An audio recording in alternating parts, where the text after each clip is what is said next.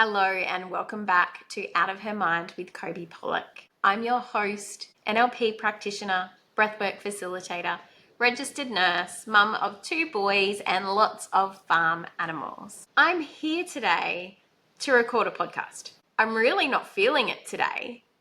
And I want to share this with you and be honest, open, and vulnerable. Because today, all I really want to do is lie on the couch and finish the most amazing book that I'm reading at the moment. It's called The Midnight Bookshop, and not record this podcast at all. However, I made a promise to myself to record this podcast weekly. So I am here doing the thing, showing up even when it feels hard. So that's what I want to speak about today.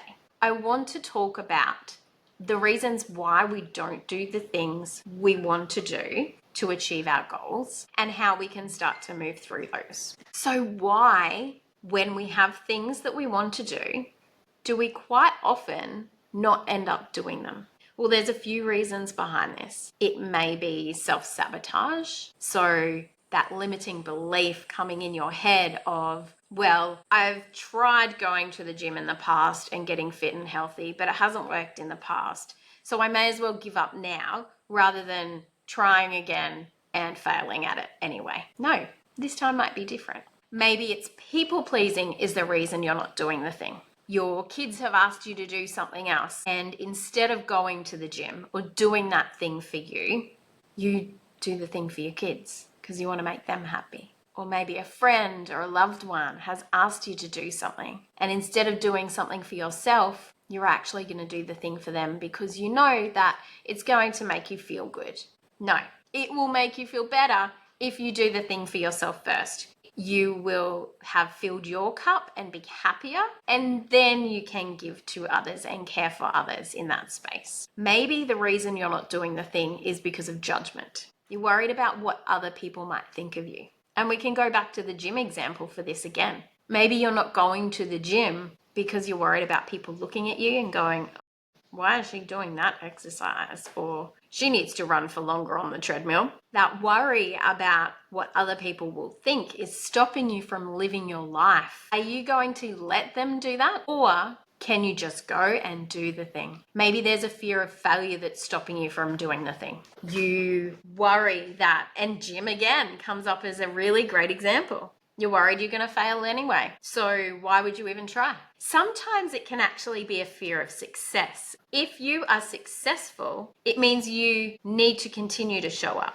So this for me resonates with business. If I run a successful business, coaching hundreds of women, having these beautiful women in my spaces and running events, it means putting energy into that. It means showing up for those calls, for those events, rather than sitting on the couch. There are so many different reasons why we don't do the things. And behind each one of them is a limiting belief. I believe I'm going to fail anyway. I believe that people are going to judge me. I believe that if I succeed, I'm going to have to do the thing. I believe that I need to do things for others first to feel good enough. All of these beliefs are running your life. Sometimes they're creating a really shit life, to be honest. Imagine if those beliefs were not there. If you could actually shift them. Well, do you know what? You actually can. You can shift any belief. Once upon a time, when you were a child, you believed that, I'm not going to say the main one because there might be kids listening,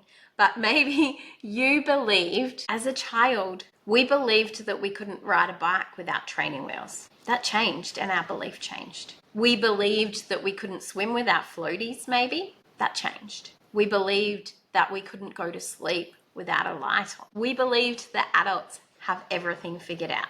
Then we became adults and realized we never figure it out. All of these beliefs changed and shifted at some stage for you. So imagine what you could achieve and what could happen if you shifted those limiting beliefs that are stopping you from doing the things that are going to help you reach your goals. We can shift that. You can shift that. And the first thing that will allow you to shift that is awareness over what is it that's stopping you from doing the thing that you need to be doing. What is that fear behind it? What is that limiting belief? Start to get curious around it.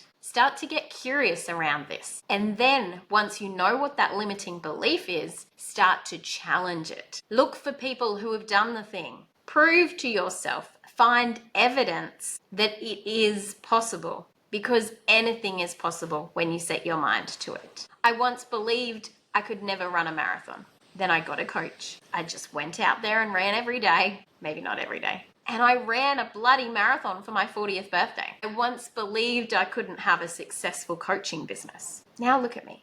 I'm running events. I'm helping hundreds of women. You can do anything. And all you need to do is shift your beliefs. If you're ready to do this at a deeper level, that awareness is key. And if you want help to shift these beliefs, please reach out to me. My Finding You the Slow Living Way container is starting on the 2nd of March, and this is the perfect space to start to do just this. You'll learn how to calm your nervous system, how to change that mindset that's keeping you stuck, and you'll be guided through this 4-week journey to connect with yourself and with other like-minded women. I would love to have you in this space. I will pop the link in the show notes. Thank you so much for being here today. Please like, share, and subscribe this podcast so that it can get out to the women who truly need it. Remember that awareness and getting curious is your first step in changing these limiting beliefs that are holding you back. Here I am, doing the thing, shattering those limiting beliefs, and building evidence that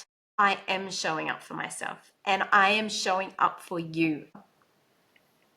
I'm recording this podcast on a day where I really didn't want to do it. And although it's shorter than most of my other podcasts, I'm still here and getting it done and showing you that your limiting beliefs can be smashed. Let's create new beliefs. Let's create a new life. Change is possible. And if nothing changes, nothing changes.